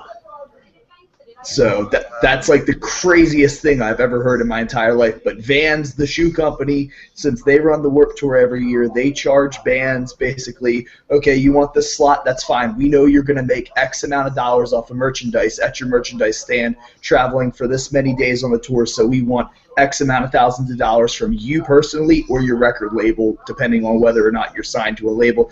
I think it's so cruddy and not really a way to do business, I believe. And then going back to another thing you guys said earlier about how like nowadays nobody wants to put in the, you know, the legwork or anything like that. I just spent probably about, what would you say I spent on merchandise in like the last 2 months? Like almost $800 in Brian Hardy merch in like the last 2 months, and it was like I told my wife, like, there's a chance I might sell like a ton of beer koozies and T-shirts and hats, and there's a chance that we might just lose our ass. And we have 4 kids, and the thing is it's like you're really fighting fire with fire every day. Like you have to believe in yourself, and you have to believe that what you're selling is, you know, worth it. Because if you're not, then there's no point in investing into it. Yeah, that's not true, man, because you could end up with a whole bunch of Brian Hardy koozies for your kids. That's true. They're like, Dad, it's not beer koozies, it's Coke can koozies. I'm like, whatever. You know? Kool-Aid koozies. But nah, man, it's crappy. Like the music business today, like everybody asks me. I was telling somebody tonight at my show, they were like, why do you play cover songs? And I'm like, I really don't want to. I'm like, but I got 4 kids, it pays the bills. I'm like, and believe me, at any point in time, I'd rather be up here playing originals. Like last night, I played at some Green Turtle, and they asked me, like, can you play like 8 or 9 of your original songs? I'm like, yeah, sure, but nobody ever asks that. Nobody just cares. They want to hear the same old Brown Eyed Girl or American Pie or whatever. It's just lame, man. Yeah. Hey, Brian. It's so lame, man. Brian, where'd you get that Warped Tour info? Like, would you say, are they talking about like Rancid, like the big headliners? No, not like Rancid, but I'm talking about like bands any that are smaller like, band trying to get on there. Yeah, like bands that, like, I don't want to mention names because I have a couple buddies who are on the Warped Tour this year, but like bands that are brand new to Hopeless Records or stuff like that. Like But yeah, not like any like big bands like Rancid or anything like that. Those guys are getting paid, but Rancid hasn't done the Warped Tour in like 10 years, man. Well, yeah. The Warped Tour is so terrible now anyway. Who cares? It is horrendous. That's why the punk rock revival is going to be the next big thing. That's so good, man. Did the Huntingtons ever do Warped Tour or just a spot date? No, we did 2 shows. Oh, okay. Well, yeah, I mean, did people watch you and was it fun? Yeah, man. We played the Kevin Says stage, which is like the smaller stage, but it was like us like on these 2 shows, but then I think the Halo Friendlies were on the entire tour, so they like promoted us during their show, and I think MXPX was on that tour too, but they didn't say anything. They don't care. Yeah. Did you guys make a lot of merchandise sales when you were there? I don't. Mike's muted.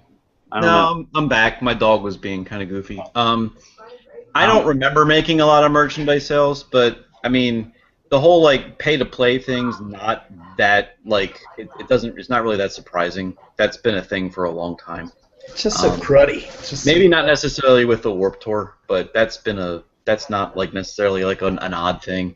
And I mean, we even would play festivals where they would take a percentage of your merch, or you get paid $100 to drive 1,000 miles to play a festival. They took a percentage of your merch. Okay, so they asked. That doesn't mean we gave them the percentage. Yes, right. And since it's been so long, we can clearly say to no one who's watching that's associated with any of those festivals that we never paid. We didn't pay you jack. Yeah, that was ridiculous. I'm not giving you a percentage of the T-shirts that we paid out of our own pocket for. F off with that. We're not doing that. Well, but anyway, yeah. So. Yeah, that's not an unusual thing. But I mean, Andy's gone now. I guess he had to drop for some reason. But the whole like nostalgic thing, with looking back and saying, "Oh man, we did it this way." And I mean, I remember living in my row house in the city, and Cliff was there, and we were recording demos on my Tascam 4-track. And my dad owned his own business, so we had a copy machine, which was like awesome because we had a way to like copy our cassette covers, which was great. That's right. So if we wanted to make 50 copies of our cassette, we'd go out and buy a 50-pack of cassettes, and we had a copy machine there, and we would tape pictures on, and we would tape things all onto this little cassette layout and use whiteout to make sure you couldn't see all the lines, and we'd run photocopies of it. So yeah, we did all that crap. It was all totally do it yourself. But I mean, everything's that way now. Like my kids get upset if they can't watch something on television because you have on demand. There it is. Yes. So when we all grew up, we had Saturday morning cartoons, and now there's a Cartoon Network. Dude, I know. I was talking about that with Christy. They have cartoons anytime they want now, all day long. It's crazy. Not just cartoons. You can have anything anytime you want now. So it's not just a music thing. It's a life thing. We've gotten to this point where technology has given us basically anything we want exactly when we want it. There's 7 of us now talking over the internet on this wonderful Google Hangout thing. I mean, we couldn't do this in '97 or when we were doing tours. We had to use paper maps to figure out where the heck we were going. Yeah, dude, there wasn't any MapQuest or nothing. It was literally there was MapQuest, but we had to print out the directions from show to show the whole tour ahead of time, and our booking agents would have to do that and send it to us. And then after that, when we got really savvy, we went out and bought a Rand McNally atlas, and we would have that with us everywhere we go. And then we didn't need MapQuest directions anymore. And then the drummer would miss the exit, and we would drive 100 miles the wrong way, and I'd get all pissed off. And then they'd get pissed off because I was pissed off. Well, Stuff like it is what it is. It is what it is. Hey, it's just the times. Hey, I gotta say one thing. Totally different subject. Nate showed me something a few weeks ago, and I was like, what? It was like one of those things like, are you kidding me? What are you showing me? What is this, man? And it was a picture of him naked. But then he showed me this other thing. Whoa. He showed me this other thing. No, Kung Fury. Anyone hear about that? Yeah, Hasselhoff. Anybody see that? Right, so you sent me the Hasselhoff video, but yeah. Cliff and I's mutual brother-in-law, Jeremy, posted on Facebook tonight, Kung Fury finally released. And like that's what it's from. 10 minutes before we came on the show, I like clicked on it and watched the first 6 minutes of it, and I know, Mike, I told you I was rushing and I'm trying to get here on time and stuff, but like I was actually watching the first 6 minutes of this 30-minute show. Oh my gosh, it's amazing, and I highly recommend it. I don't know how they did this, like, I mean, how they came up with this stuff. It's so funny. Kung Fury, look it up, and we can talk about it in 2 weeks. So how did you go from the Hasselhoff video to Kung Fury? Because I guess I'm assuming he's going to be in the movie later. He's not in the beginning of it, but 'Cause I've seen the Hasselhoff video. It's like so cheesy 80s video. Yeah, exactly. It's hilarious. now there's like a whole 30-minute movie on this thing. It's so amazing. Well, from what I saw so far. I guess I'm assuming no one else saw it. Is he actually in the movie, or is this just something they took clips from him and made it into something? I don't know, but he just did a new video like a month or so ago, and it's all completely 80s, like crazy 80s, and it's actually really fun. I think it's funny. Yeah, it's awesome. It's like every 80s cliche you could think of. Yep. Yeah. Right. And like certain parts, it like gets all shaky and it says tracking at the bottom. Yeah. That's the top, you know, it's like I was just like, you know, I was sitting on the pot watching this thing and I was just dying. And yeah, all right. Dying on the pot. You know, a lot of people die that way. They actually literally die on the pot. Elvis died on the pot. Yeah. All right, that's my plug. That's My grandfather died right near the pot, but he wasn't on the pot. But he died near the pot. He died in the bathroom on the floor. My grandfather did too, but I don't want to talk about that. Yeah, my guess is looking at the way Nate looks right now. A lot of people think he's on the pot a lot of times. Just saying. I'm just saying. That was a very rude thing, but. And he was like. Because he's looking down. Hey. Yeah. Because I see. Yeah. The video. I'm speaking of a different kind of pot. I'm sorry. Oh, I see. I see. Dude, yesterday when the Riot Fest lineup came out and I saw Snoop Dogg was on it, I texted Nate and was like, I won't even say what I said. But is he going to do the whole Doggy Style record? Yep. There was like some kind of thing. There was, you know, Facebook feed was blowing up yesterday and today about the whole Riot Fest thing, and there was a lot of like stuff about these bands are going to do like full records, which I guess is now a thing at these festivals. You know, a band like you guys were saying about Weezer doing the Blue record. If Snoop did the whole Doggy Style record, I'd be very tempted to go watch that. No, that's what he's doing, but I mean, I don't know what that means, so I put it on Spotify last night and listened to like the first 3 tracks, and I was like, this is total crap. So I'm gonna totally want to kill myself during that set because. Correct. I would want to kill you during that set too. I wouldn't want to kill myself. I would want to kill you. Yeah, you. I don't. You know, that's just not me. For taking me to that set, I would kill you. I think that, you know, with the amount of hip hop that they're bringing Cypress Hill and Snoop, and they're basically bringing NWA. You know, they're bringing Ice Cube and special guests, and they're playing what's that record, Nate? I don't know. You know what I want to hear? I want to hear somebody do the entire King Missile album. That's Straight Outta Compton. They're gonna do Ice Cube Straight Outta Compton. They're doing all this stuff, you know, to a sea of white people. We're all gonna get killed. Wait a second. Hold on. So Snoop's gonna do the whole Doggy Style record, and Ice Cube's gonna do. Oh my gosh. Yes. You want to go now, don't you? But no, now I want to go. But why would that really be fun to actually watch a guy just standing there talking like that? Next thing you know, all you guys are gonna get beat up. I just don't understand the allure of it at all. I don't understand. No, I can appreciate people not understanding it. I get it, but that would be awesome. I don't understand it, but I got some really funny footage of this old lady going like this during Wu-Tang. I made Josh watch the whole Wu-Tang Clan set. What we need to do, what we need to make happen is the 2 surviving members of the Beastie Boys get together with Dustin Diamond and then go and do the entire live License to Ill album live. Not without MCA. No. No, that's where you bring Dustin Diamond in to. So Screech actually does that role and plays it. It'd be great. Great. And then you got to bring the Slayer guys up. Well, the one guy's dead, so all these dead guys that aren't there. So then the other guys that are left over in their bands come in to do their parts, and then you have, Fight for Your Right to Party. See? And Rick Rubin can you sit there and watch from the audience. This is what I made. No, you can just do the hologram stuff. You know how they're doing that now? Did you see the Michael Jackson hologram stuff? Holy moly. They're charging people to see a Michael Jackson concert and it's a hologram? Well, it's like, they did the Tupac one and then they did a Michael Jackson one and it looks... It's a concert? Did you see the last episode of South Park when they put them all together in the same episode? They had Michael Jackson. He was driving all, and then they had Tupac getting out of cars and. Well, is this like Michael Jackson when he was black, or Michael Jackson with the fake nose when he was white? It's the only Michael Jackson most people really remember, the white one. Yeah, the white one. Okay, so you're going to see it, and he's on a stage, and it looks like he's really right there in front of you. The hologram. They have real dancers performing behind him and stuff, and he's walking. It's crazy. Look it up. Sorry, Cliff. We did the same thing when we toured Europe as a three-piece. We had a hologram. So I was there? You were there, yeah. That's awesome. Wow.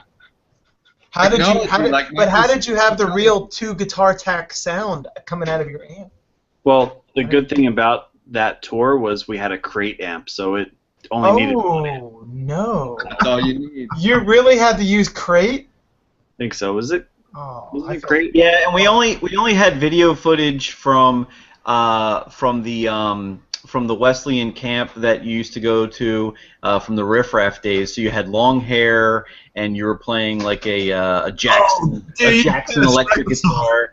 And so that's the only thing we had. Did you get a hologram of me walking around with the box of tapes with the little drawing of us on it? Yes, you were walking around the crowd. We actually put the hologram in the crowd. You were walking around selling like cassette tapes to people. Was I like, this one's for Leah? Exactly what happened. Baby, I love you so, more than you'll ever know. You're the beauty my heart sings of. You are the one that I call my love. Look, hang on 1 second. We'll come back to that. I just thought of something. This is tying everything in. The whole show is being tied in right now.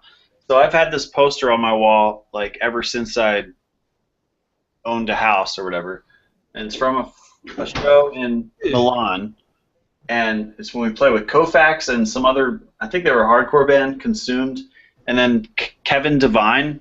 Mike, you remember that guy? Yep. So.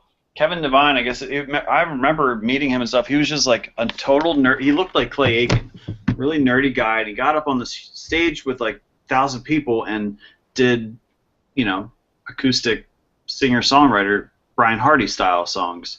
I think he was covering Brian Hardy actually. Back when Brian Hardy was 7 years old or something. And anyway, I'm looking at the Riot Fest lineup. Kevin Devine is playing Riot Fest this year. What?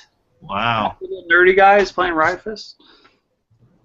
Anyway, I forget why I was tying that in. It's all about who you know, man. We're in a sad day of music. Sad day of music. Yeah, man. Well, it's funny. I kept thinking something was going to happen. Like I, for years and years, I kept saying, well, the next Nirvana will hit. And by that, I didn't mean somebody that sounded anything like Nirvana, but just something would come out that just instantly, overnight, changed everything again. I really believed that was going to happen, and it never did. And I guess it's not going to happen. What, you mean that person wasn't Taylor Swift? No. So, no. Mike, you never thought that was going to happen? No, well, I don't know that I thought it would happen. I kind of hoped it would, but I don't have that hope anymore. I don't think that's going to happen. No. You know what is going to happen then, Mike, that you might be interested in? I'm not sure, but do you have any interest in seeing the Church and the Psych Furs on the same night, same show?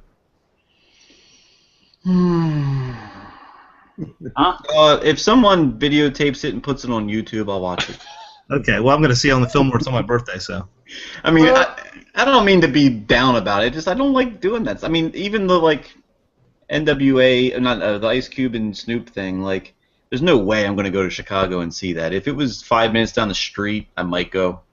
But for a couple songs. Dude, the Fillmore's I'd go watch the whole thing. Like, that's very exciting stuff to me. But that's Well, you were the kid that was walking around listening to NWA on your little Mac, on your little headphone cassette deck thing back when you were 12. You're the guy in Office Space turning down the volume when you pull up next to a car with black people in it. I don't think Mike was turning down the volume. No.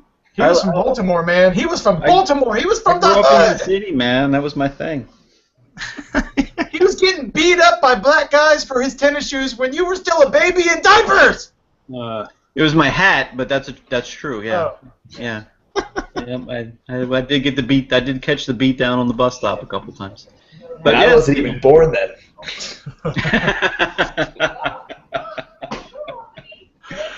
Thanks for making me feel old there, Brian. Thank You got it, brother. 1990. You were born in 1990? Oh, no, you were born, man.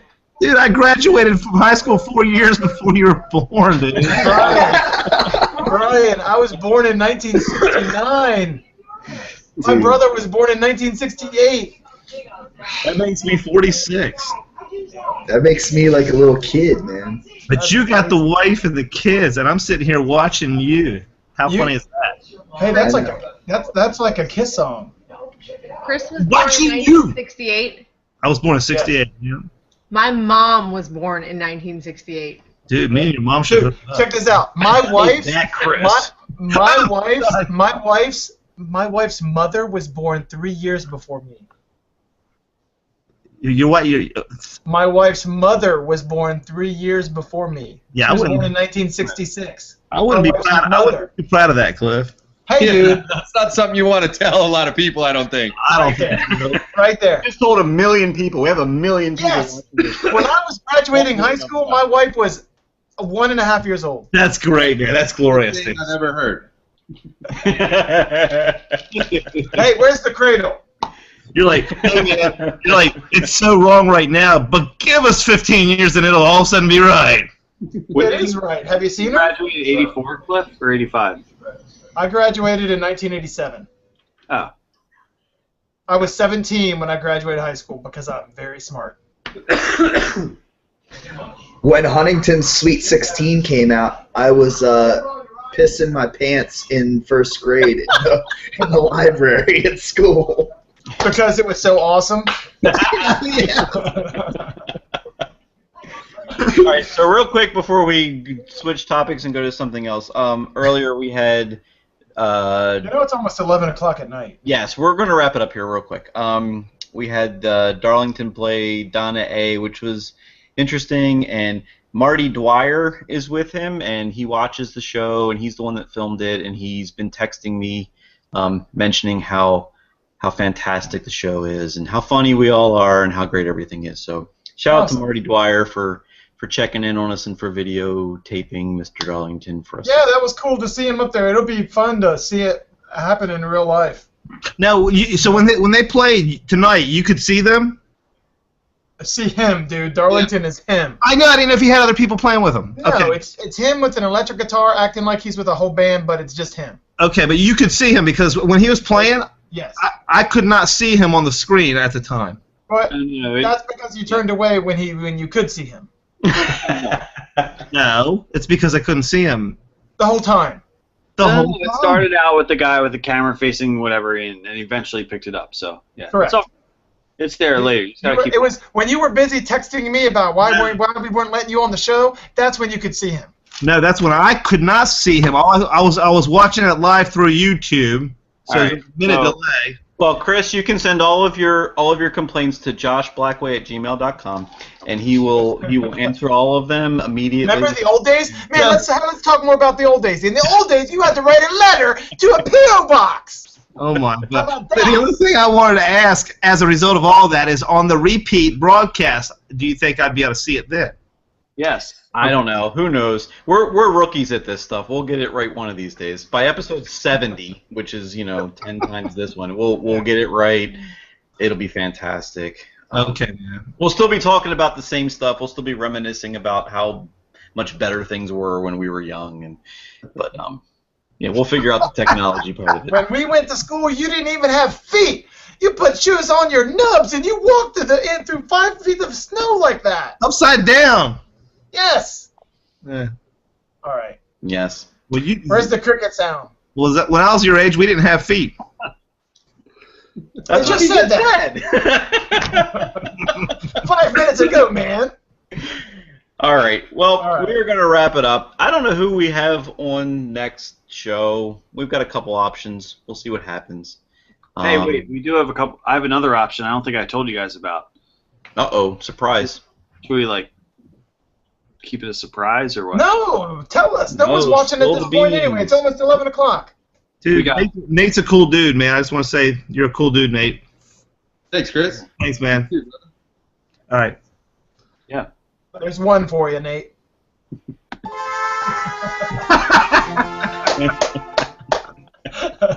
Flynn, if I said it earlier, I don't think you heard me, though. Do you double as a comedian? Because your jokes are just so awesome. I can't believe how funny you are. I can't believe how funny he is either. I am quite excellent. What happens when you get 45? You just start becoming, like, off the charts funny. Absolutely, off the charts. Yeah. Something. Oh, yeah, way off the charts. I forgot what I was going to say. No, you were going to talk about the guests for 2 weeks. Options. Yeah, are you gonna bring Biff? Biff. Did you get Biff on the show? Got one up. No, Biff. If there's no way Biff will ever come on the show because there's no way that we could not talk about something Back to the Future related, and he will never do anything related to Back to the Future again for the rest of his life. He's totally like out of that whole 100%. He's not done a podcast in over a year, and that guy is just like hiding. I don't know why, but is he still in the business anymore? Like, does he do any acting roles at all anymore? As far as I know, he's totally like he's been like disappeared for over a year now. So, and I only know this because I really like the guy and I pay attention to what he does and stuff. So yeah.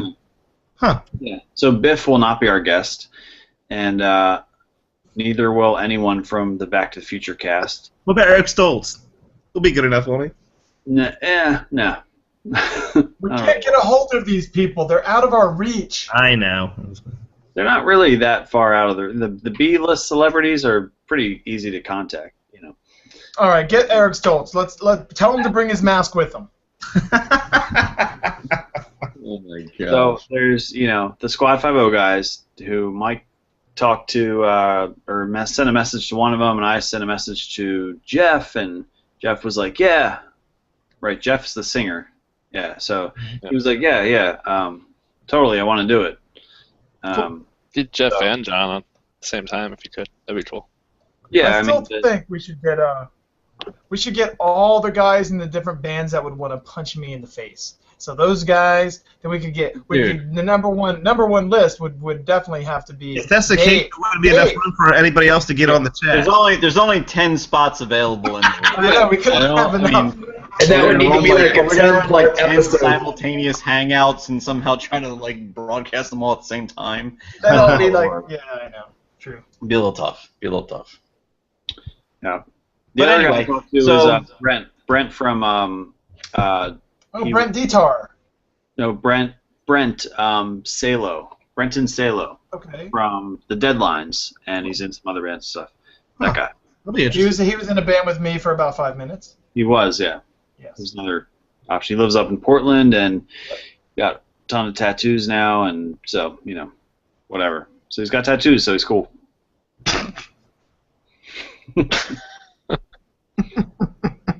On that You know what to say about that? Yeah. All right, we're going to wrap up the live feed. Don't sign off, guys, because we can chat a little bit after, but we're going to cut the live feed off. 2 weeks from now, we'll have someone. It may be a Jeff or a John or a Brett tattooed person. Who knows? Mike wasn't on that tour, so he's like, who are you guys talking about? Yeah, Brenton I don't know. Salo. His name is Brenton Salo. He's actually a very talented guy. Yeah. That's fantastic. So maybe we'll be joined by him 2 weeks from now. So thanks for watching, and we'll talk to you guys later. See ya. Thanks, everybody. Thank you.